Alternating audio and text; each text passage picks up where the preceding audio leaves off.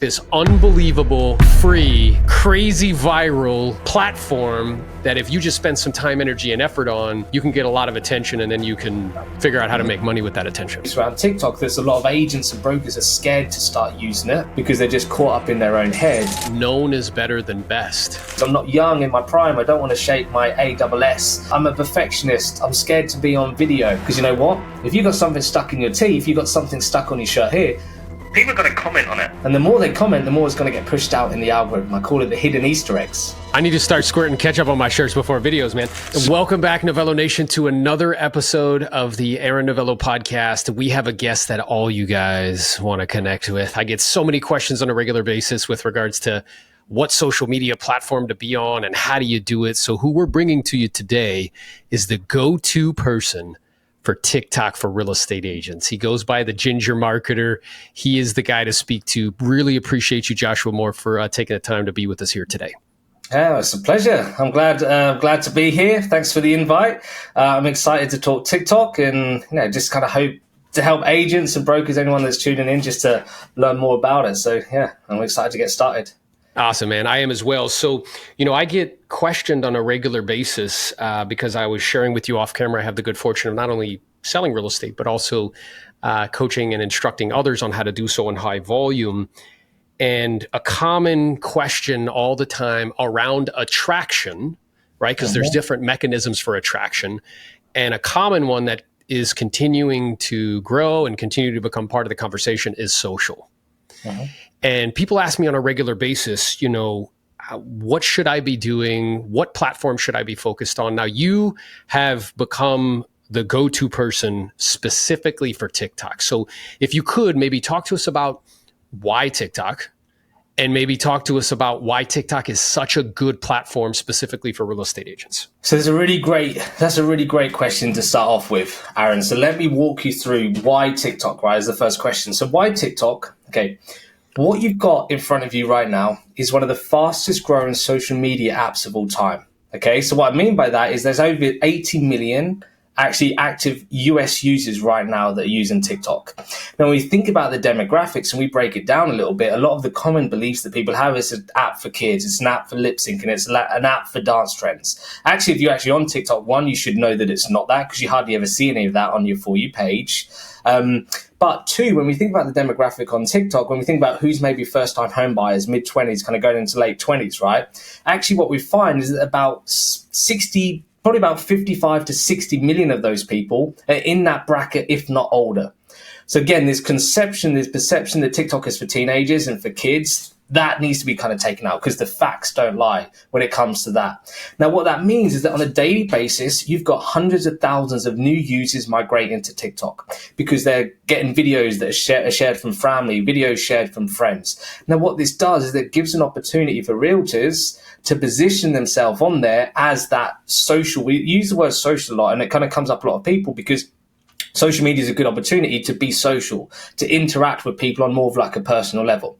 Now, where TikTok differs from your Facebook, where it differs from your YouTubes, your Instagram, it's not polished. One thing that TikTok isn't, it's not polished in the sense of, I always say to people, say to real estate specifically, is like, imagine just picking up your phone and having a conversation with someone.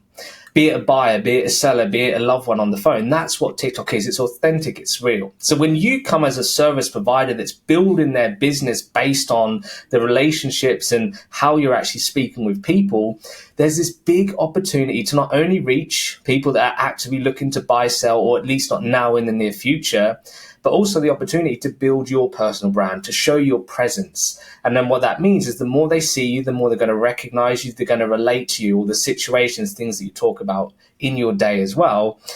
And what that gives us such a unique opportunity for realtors because we're not stuck in this sphere on our Facebook bubble. We're not stuck in the YouTube where we can have to spend hours recording this perfect video that gets a few hundred views. And you probably don't have the time to hire an editing team to learn Premiere Pro or all these different editing apps. Whereas TikTok, I can tell you now, you can literally go on this app and I can even time it. I can record a video right now. I would be able to, you'd give me a minute. I could go in, record a quick video, type a hashtag caption, post it, and it could get 1 million views just like that. There's no other powerful social media channel that allows you to do that. And not only does TikTok get pushed out to your own follower base, the algorithm is such a powerful tool, and it's one of the most advanced AI-driven algorithms out there, that it actually knows every type of behavior, every type of thing that you're doing on that app, and it will customly show relevant content to yourself. So it almost listens to you in a way that's almost freaky, right? So this poses this great opportunity for agents and brokers to position themselves to the local area, to people in that local area as well. Bit of a long-winded answer, but it's a highly powerful tool. I get very like energetic into this, and you can see the hand moving, because it's a very, I think a lot of people, real agents don't think that it is. There's loads of common beliefs. I need a video team. I'm too old. It's just for kids. I have to have 20 hours of a week to start recording my TikTok videos. I'm not young in my prime. I don't want to shake my ASS on camera. I'm a perfectionist. I'm scared to be on video. All of these things, they're just limiting beliefs, and it comes down to the mindset, right? Whereas look, if you're walking down the street and someone asks you a real estate question, you still answer it. You wouldn't shy away and hide under your umbrella or pull your hood down. You'd still approach it. And I think here there's so many beliefs around TikTok. There's a lot of agents and brokers are scared to start using it because they're just caught up in their own head of what they think it is, without knowing the true facts of how big the opportunity actually is. Yeah, that's awesome. And I love the energy and excitement, because you recognize, not only intellectually by looking at those facts and data, as you mentioned, that the numbers don't lie in terms of how many people are participating and things of that nature. You've also utilized it as a tool yourself to build a sizable business. So I think a lot of people out there, they talk from a place of like, perhaps they read it in a book and it's interesting and they're only in facts. Well, you've actually monetized it and created a very specific niche and a very, meaningful business with sizable revenues. And your primary attraction mechanism has been TikTok. Yeah, and again, if we want to get to the figures, right? And we had the pleasure of having a short catch up before this call, which was great to learn a bit more about one another. What really happened there is that when I first joined TikTok, we went from 0 to 100,000 in 6 months, which is incredible for any social media platform. We're currently at 850,000. There's 10 million likes, but within that, over the last 2 years, there's been over 100 million views. Okay, so this is without doing any paid ads. This is without any hiring any video teams. This is just creating content. So every single time you're going to see this ginger head guy. I haven't got my hair, I don't think you can see it. I'm just going to bring it down so people can see it, because this is where you're going to probably recognize me, right?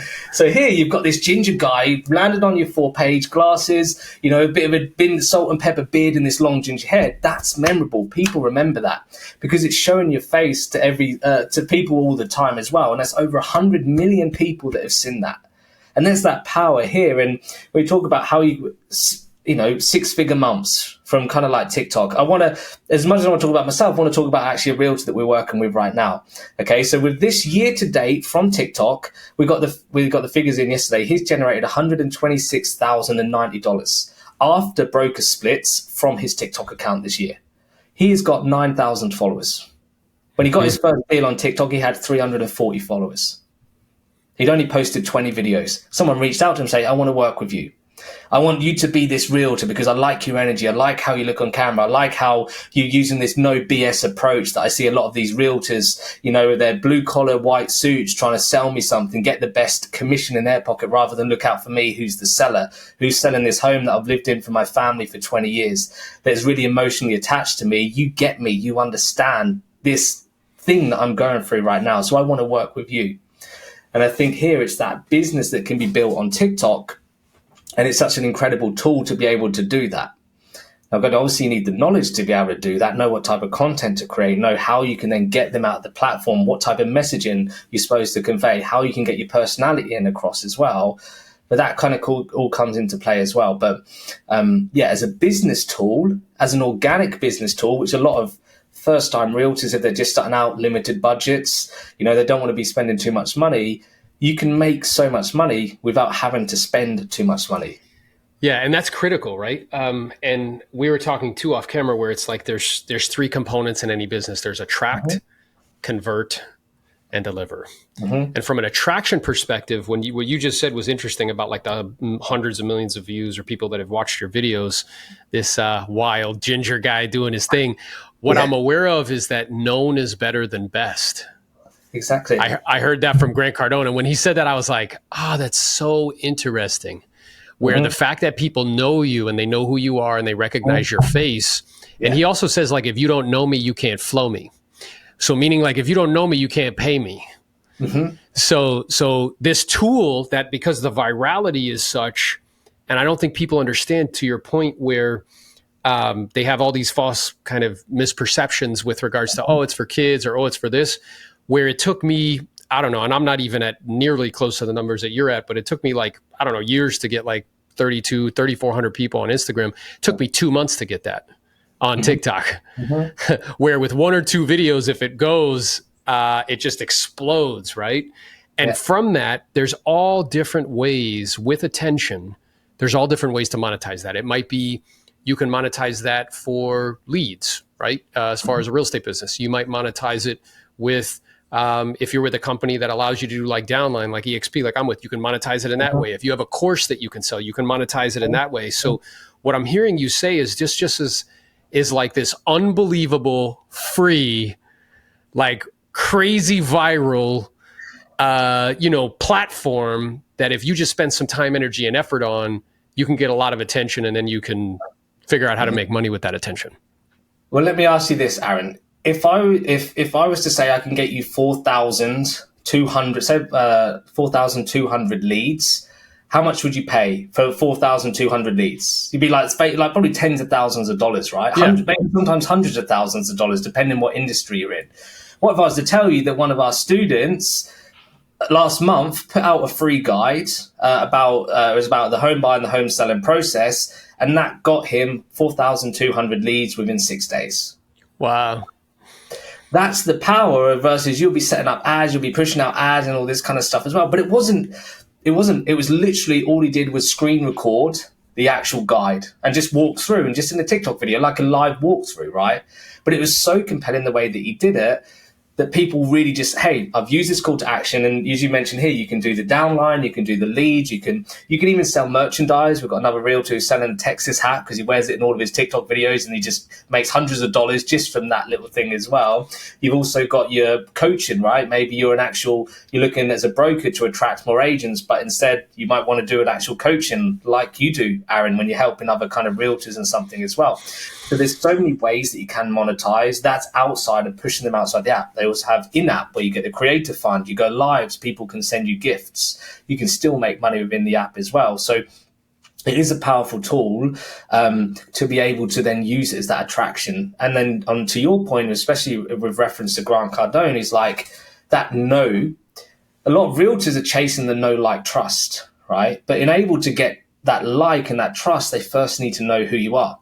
Because you don't trust no one, you don't trust a stranger, so they need to know that you exist. That's why a lot of people, a lot of realtors, fearful of getting started because they're going to make a mistake. I'm going to look stupid. It's not perfect. But again, what I'm going to say in reference to your point is that that belief, that misconception, it doesn't have to be that way. And that's where a lot of realtors get stuck because they think it would have to be that way, which often is what takes a lot of the time. Because they're always editing, they're changing. I'm refilming myself. My hair looks out of place. My glasses are a bit wonky. My teeth, I've got something stuck in my teeth. I see that as a win. Because you know what? If you've got something stuck in your teeth, you've got something stuck on your shirt here, people are going to comment on it. And the more they comment, the more it's going to get pushed out in the algorithm. I call it the hidden Easter eggs, right? And there's been times when I've gone live, I've got a bit of ketchup on my shirt, 100 comments like that. I need to start squirting ketchup on my shirts before videos, man. So, so this is great. And then my question is, so you specialize, you're the go-to guy for TikTok for real estate agents. You've niched down on that. So, and I know that you guide and kind of coach people on specifically on how to create content. So what would you propose or suggest? And I know you're not going to give them everything, but it's like, what would be like 1 or 2 tips that you can give people? Like, hey, do this, don't do this. Mm-hmm. I don't mind giving everything away as well, because if it's going to help people, I've got no problem with that. Because again, as we know, you can give people all the tools and the knowledge, but 95% of the time, people don't know what to do with it. They don't know how to apply it correctly. So my goal here is to give you the knowledge, but also how to apply that as well. First up, what we need to reverse and go back to is that you're not on TikTok to attract other agents. Okay. What I mean by that is you need to be very clear who you are speaking to. The biggest mistake that realtors make is they create content for other realtors, i.e., oh, when the buyer did this, when your seller did this. Other quote unquote buyers, sellers, the normal people, should we say, don't understand that. They don't understand like lender things. They don't understand when something happens at a home inspection, because chances are, if they've only been through it once, they're not going to remember it because it's a very overwhelming and stressful experience of buying or selling a home. And if they did, it's probably going to get passed because it's not really relevant to them now, because they've been there, they sold the home 5 years ago. So why do they care about inspection reports or something? So first off, be very clear and identify who you're trying to speak to. Now, again, what this comes down to is usually two things. It's usually people in your area or people looking to move to your area. So those are your two options. So what you need to do is when you're creating content on TikTok, we like to use the kind of like, we use for the students, what we do is we use like a content pillars approach. So we have kind of like a 4 kind of buckets that we kind of put out to when it comes to creating content. So this all aligns back to what's our goal. A lot of realtors' goal is to become the local expert, the go-to realtor, but also get their personality to shine through, right? They want to be personable. So when we reverse engineer this, we can break down into different pillars. So the first one is that we're going to use that as a community and lifestyle. So how are we showing the community? Now, what I encourage realtors to do is document, don't create. So what I mean by document is I'm quite close to London. When I go to London, I'm recording everything I see. I'm recording Big Ben. I'm recording the tree that's halfway in the road. I'm recording the black taxis. I'm recording all the signs. I'm recording the statue that's in the middle of nowhere. I'm recording me going to grab a coffee at the second highest reviewed coffee shop in London. And that gives an idea of what it feels like to be there. It shows that I know the area that I live in inside and out. For example, I'll give a quick example here as a reference. Is like one of our students actually recorded a manhole cover on the floor. It's like a water hole thing, 70,000 views. Because people walk past that every day, but they never realize what's that for? What's the history there? They didn't know it was a mine shaft that people used to get to go down to the underground station as well. I never knew that. Okay, so these facts here. So that's the community lifestyle content. Number 2 is the real estate content, helping buyers, sellers. What questions do they have? What things are they struggling with? What makes them feel anxious? What are they stressed about? What do they feel overwhelmed by? This is going to position you as that real estate expert. I'm going to go to him if I've got a real estate question. Okay, what does pre-qualified mean? How much do I need for a down payment? What's the house? What's the kind of current housing market doing? How is it affecting me as a buyer? Third, we need to show that trust aspect. Trust comes when we show testimonials, when we show video testimonials at the closing table. We interview buyers, sellers that we've worked with. We talk about how we've helped buyers, how we've helped sellers. This trust can come when they know they're going to be in safe hands with you, when they're working with you as well. And our 4th pillar that we focus on is what's called our personal content. So how do they get to know you? Are you a family man? You know, are you someone that goes out, you enjoy going and play basketball? Here, what we could do is we can actually often we relate and we get attracted to people who are like us. You know, oh, you've got think of relationships. I like it. It's like, hey, I met this girl. She likes the same films as me. She likes to watch the same sports. She likes to listen to the same music. That's that relationship, that connection that was usually created from where we often meet people, right? You met someone at a gig, your favorite show. You met someone at a nightclub. Oh, we both go to that nightclub because we like that music. So much the same on TikTok, it's showing that relatability as well.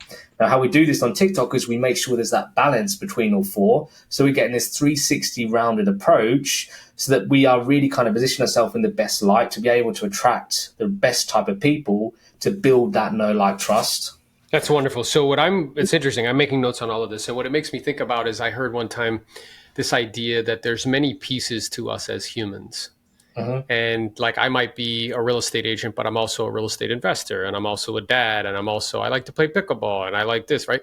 So the idea is if you made a wheel about yourself as a person, it's making content on all those things because they're going to hit people in different ways, and they'll hit different audiences in different ways. So whenever I post anything about my children, I always get responses typically from females. Yeah. Whenever I post about like when I'm setting an appointment or something, the salespeople are like, yeah.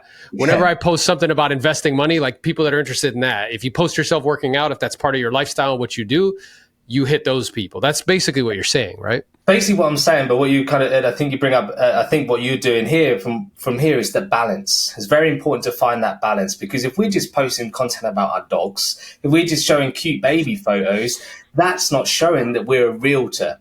that's just showing that we're a human, that we're like that human as well. And so many people get caught up in, I want my personality to shine through. I want people to get to know who I am. At the end of the day, it's a transaction. And I think a lot of people, yes, it works good to have that relationship, but I think that gets built a lot of the time once you kind of start working with them as well.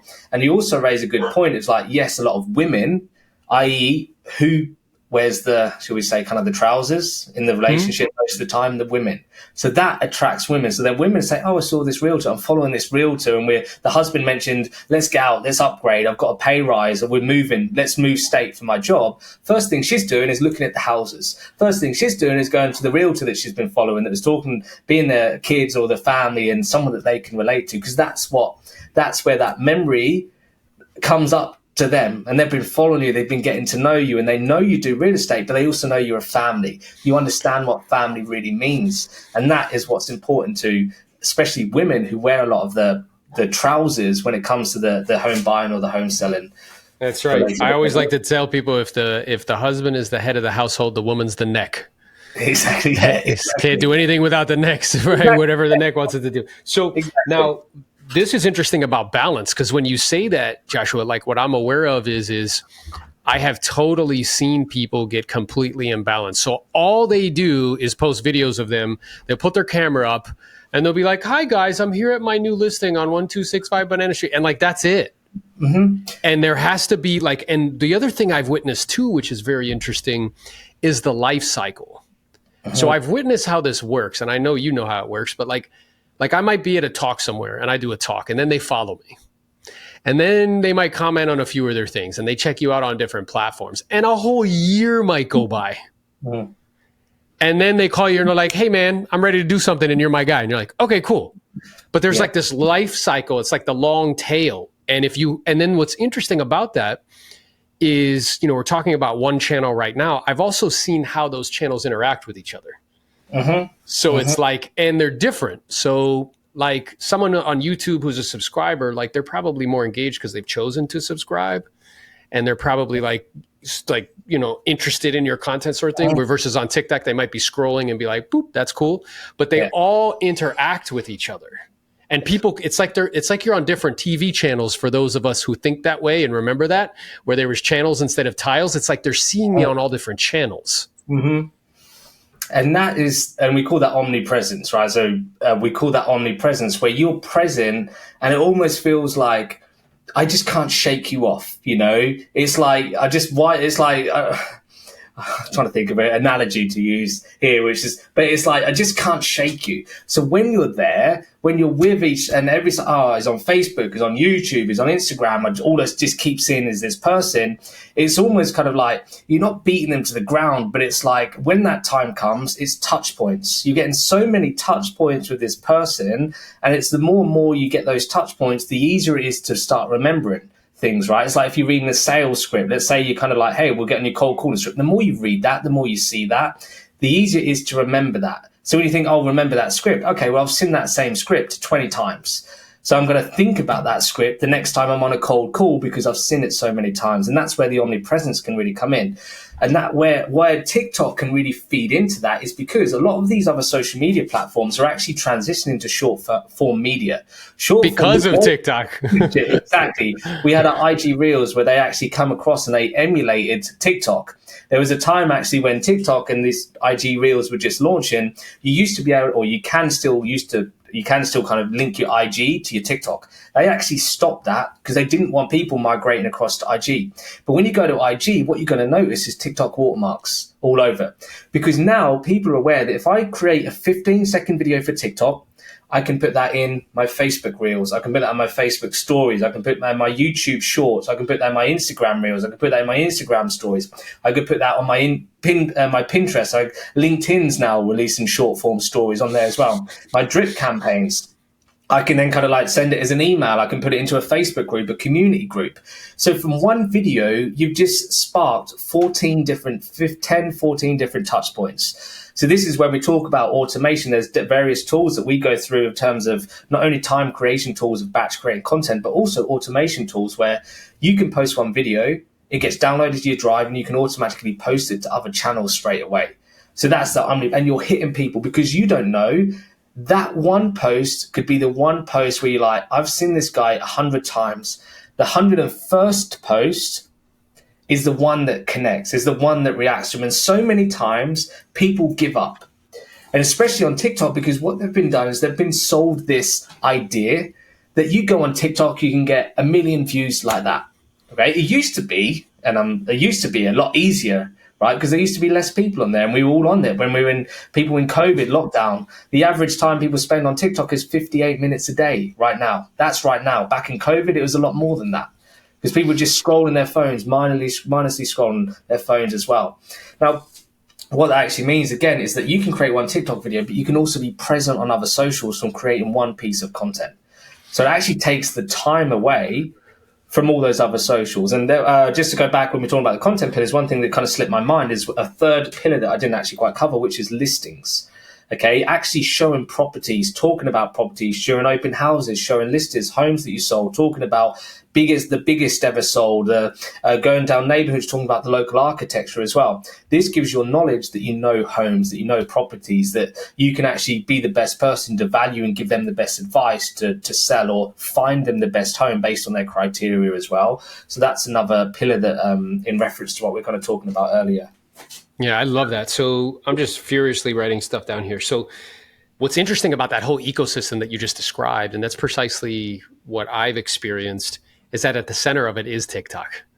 Of course. At the whole ecosystem, and how everybody's playing defense now because they realize, like, holy smokes, like this whole short video thing is totally a thing. And they're all trying to pivot, whether it's YouTube with shorts, Instagram with reels, all in response to what TikTok is doing. So that just speaks to like how powerful that platform is. And then the other thing I thought about as you were sharing this, I recently read a book that's really blown my mind.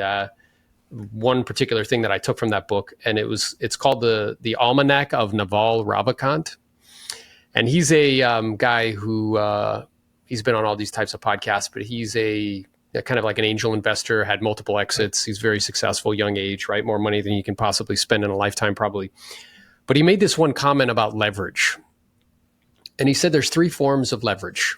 There's the leverage of labor, which is where you have people, that work with you or for you.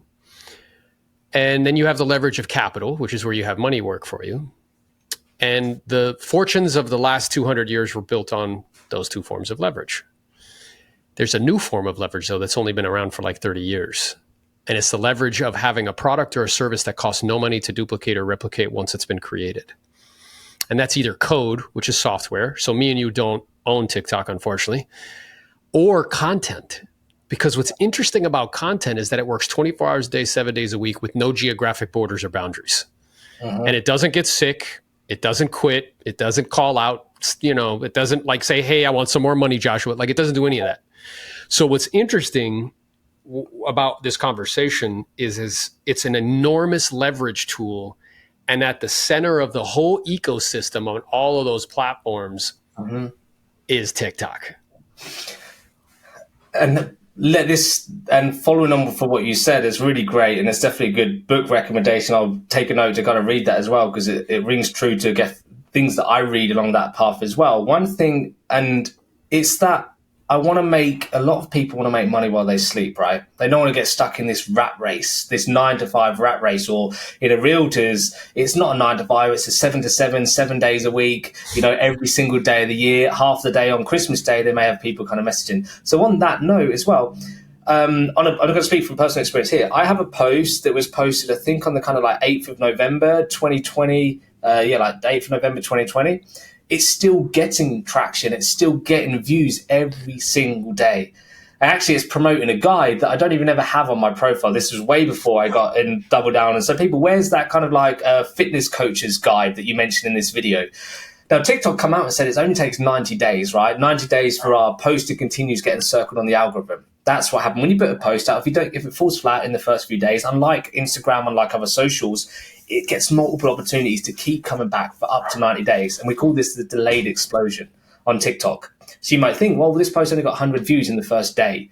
Check back in a month, and I can guarantee it's probably gone up to 1,000 or 1,500 because it's residual. So it's always growing, it's always building. Now, not only for discoverability, we look at hashtags, we look at phrases a la like Google, which, by the way, TikTok videos are now getting ranked for search engine optimization on Google as well. So a big thing for those people tuning in, make sure you're searching phrases that people are looking for in your area and create content that exact phrase, because you're going to show up when people are actually using the number one search platform in the world, Google. You're going to start showing up for that. Even better if you post it on YouTube Shorts, the second biggest search engine in the world, and post your shorts on there as well. You're kind of doing 1, 2, you've got post on one of the fastest growing organic platforms for that search term.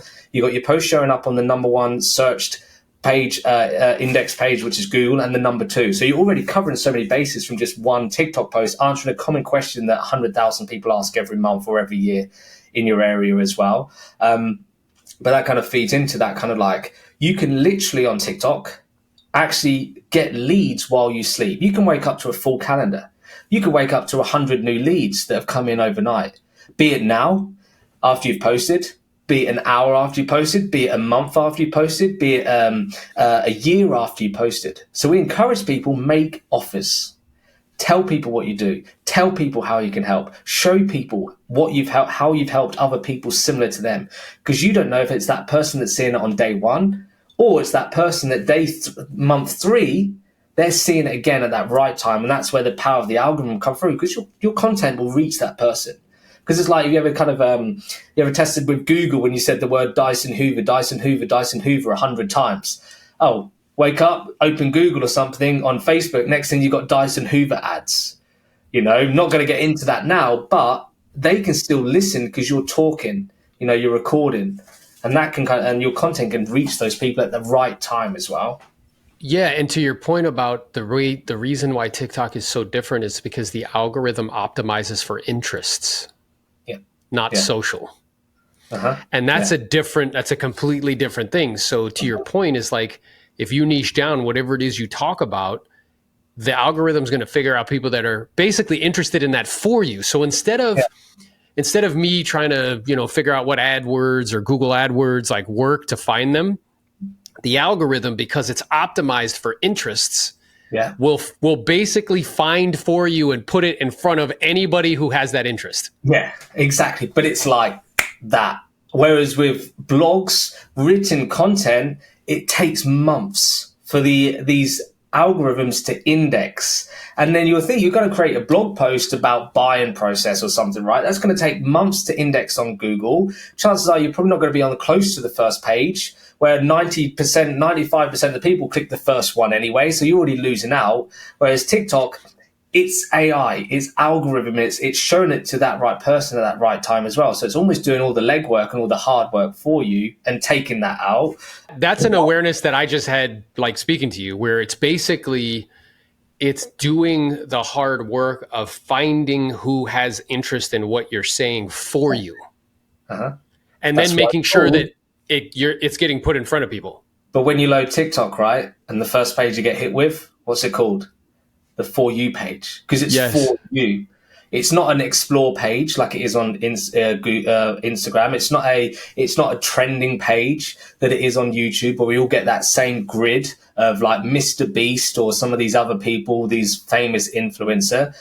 What you get seen is like a fingerprint, and it's a DNA that's only for you, based on your habits, based on how many times you've opened the app, and they actually will show you certain content to keep you on that app. And they do it in the way that the app is set up, it's literally, there's been kind of like actually tons of research done in terms of the addictiveness. It's like a drug. The next swipe, one more swipe. And it's so easy that you can sit there and scroll through content that this friction, the only friction that you have is your finger swiping up. And there's even you can go to Amazon and get a little clip-on thing that does it for you. So literally, things, I reckon, I've seen it on AliExpress or Alibaba, and literally like, okay, this will bring up like Tinder used to be. Instead of doing it left to right, it's doing it up and down. So here, you didn't have to do anything. You could just sit there and watch it for 15 seconds and watch it on repeat. But every single For You page is for you. It's built for you. It's that drug. It's that addiction. That's why almost an hour a day, again, as mentioned, people spend on that. That's far beyond. You don't want to sit and scroll on Facebook for an hour, watching memes and looking at Facebook groups, postings of babies and weddings. You want content that's curated and created to serve you where you are right now in your life. they'll know if you're sad. They'll know if you're happy, because if you're watching sad content or you're trying to watch more happy content, they'll show you more happy content. If you're like, you kind of like your sad music, they're going to show you more sad music. You know, if you feel like you're kind of wanting to learn stuff and you're watching educational content, they'll show you more educational content related to that content that you've done, and they'll do it live, right? You watch a video that you've never watched before, you're not interested in, chances are your algorithm your For You page is going to start shifting. All these blocks are going to start shifting. So for that session that you're viewing that, they know what current mental state you're in, what emotional state you're in. So they're going to show you more of that content because it's going to keep you on that app for longer.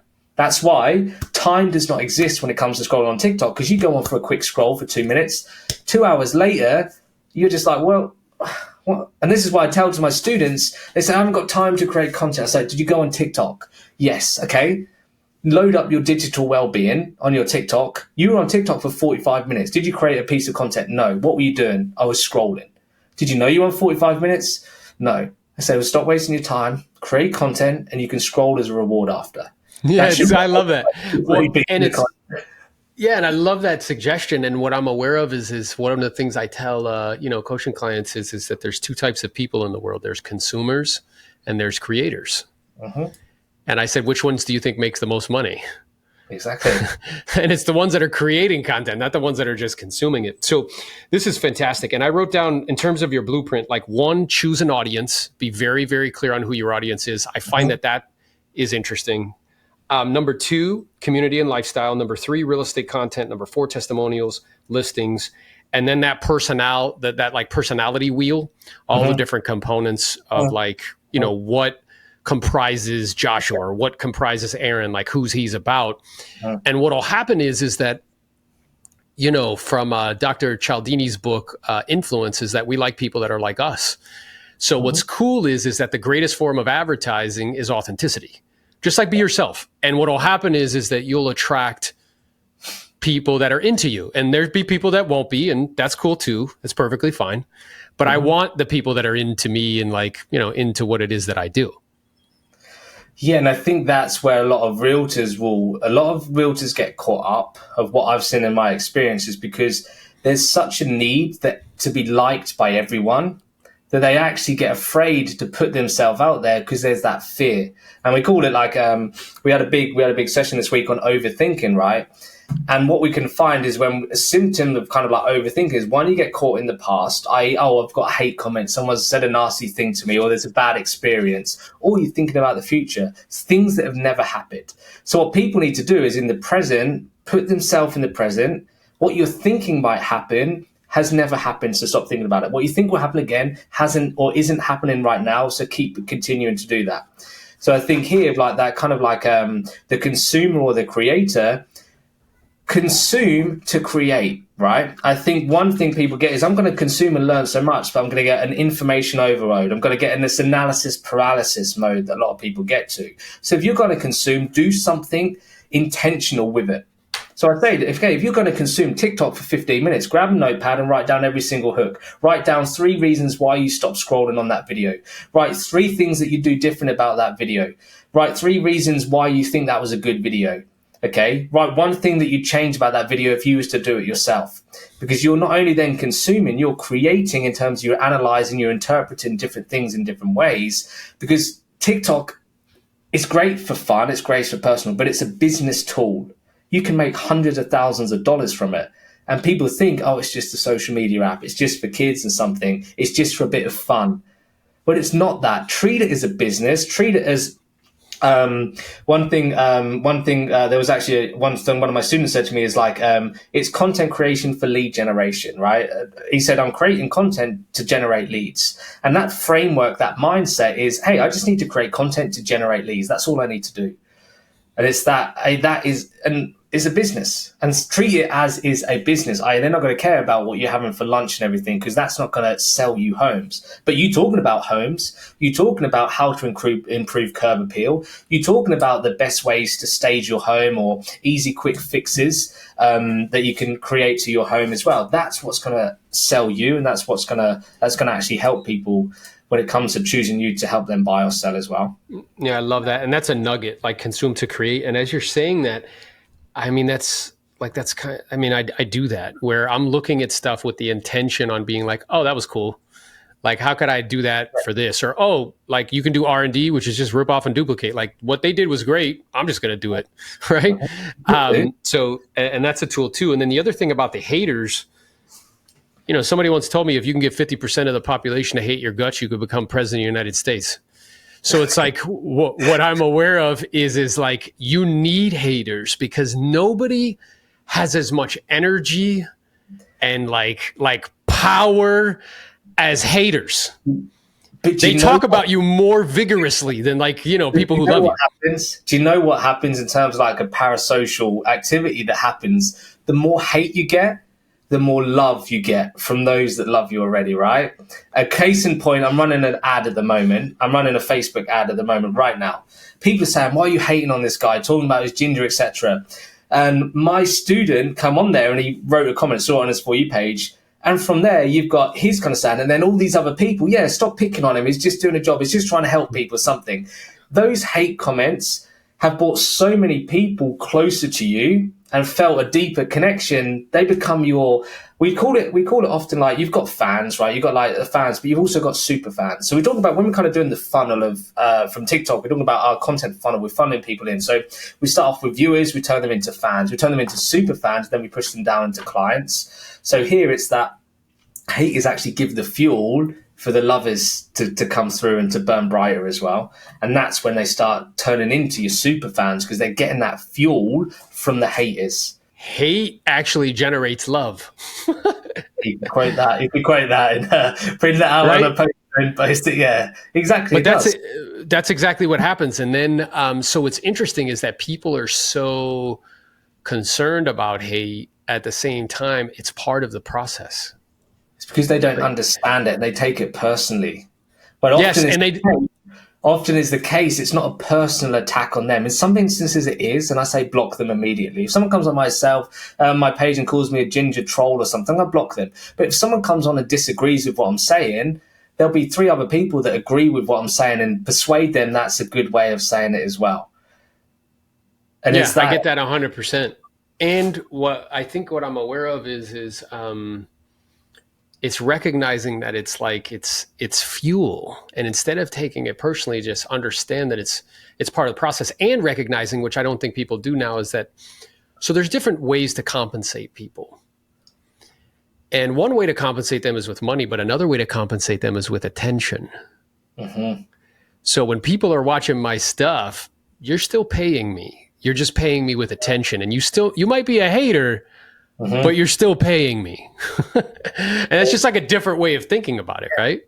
And I also think it's empathy as well. What place are you coming from for you to be able to put in that position where you could be nasty, hateful towards someone? I'm empathizing that you're feeling something right now. You could be having a bad day. You could have lost a loved one. You may have lost your job. So you're getting that hate out of your system. Now, okay, if you want to use me as that fuel, that's completely fine to do so. I just want to make sure that you're okay, because what you're saying doesn't sound like a normal person would say. So when you diffuse that situation with love, with kindness, with empathy, it goes completely against what they're expecting of you, because they're expecting, if they're coming in with a heated discussion, you're going to bite back. And when we don't bite back, they feel lost because they're like, hang on a second, well, no, I've just called you this name, done this name here. Why are you not saying that's a nasty thing? Why are you not kind of biting? Because again, that's what they want. That's their fuel that's going to fuel them to kind of come along as well. And on TikTok, one quick method, a quick type of post that can really help with this is find a topic or something in your industry right now, or like something in your neighborhood, and do a very polarizing statement. So polarizing being a split of opinion, this way or this way. This is the best coffee shop. This is the best steakhouse. This is the best neighborhood to live in. This New York is better than Boston. Because what you're going to find is your comments are going to go absolutely crazy with people, one side or the other side. The more they comment, the more your videos are watching in the background, the more reach it gets, the more exposure that you're getting in the conversations that you're having as well. So that's why, again, as part of that kind of Easter egg thing, hiding the ketchup mark, this one here, if you didn't want to do it that way, start being polarizing. You know, we see, don't get political with it, because a lot of people will go to political, but talk about things that, this is that, and that would help get those comments, bring those haters out, but also bring the lovers out. and the Yeah. support as well. Yeah. And you will get a visceral response, and that's actually what you want. And it's counterintuitive because I feel like in school we're taught, like sit down, don't bring attention to yourself, be quiet. So there's a lot of, follow instruction. When the bell rings, get up and leave. So there's a lot of, I'm imagining a lot of what you do, like you're saying on these calls that you're doing, is just helping people psychologically like overcome the barriers of putting themselves out there. It's overthinking, it's overwhelming, it's fear. And a lot of this, not to get into psychological, I'm definitely not medically trained, but a lot of it is pushing through that to get yourself through this uncomfortable feeling. And I think on the flip side of that, on the kind of like push through that kind of like uncomfortableness of kind of like being on camera and push it through. But on the flip side of that, we can also use psychology a lot in video, how we present ourselves in terms of camera placement, colors, words or phrasings that we use, and you instead of I, blues instead of like reds, because it's trusted. Like I wear blue all the time, you notice. You're wearing black, it shows power. I can see you showing power as executive. Here you got white, which is also the neutral offset balance.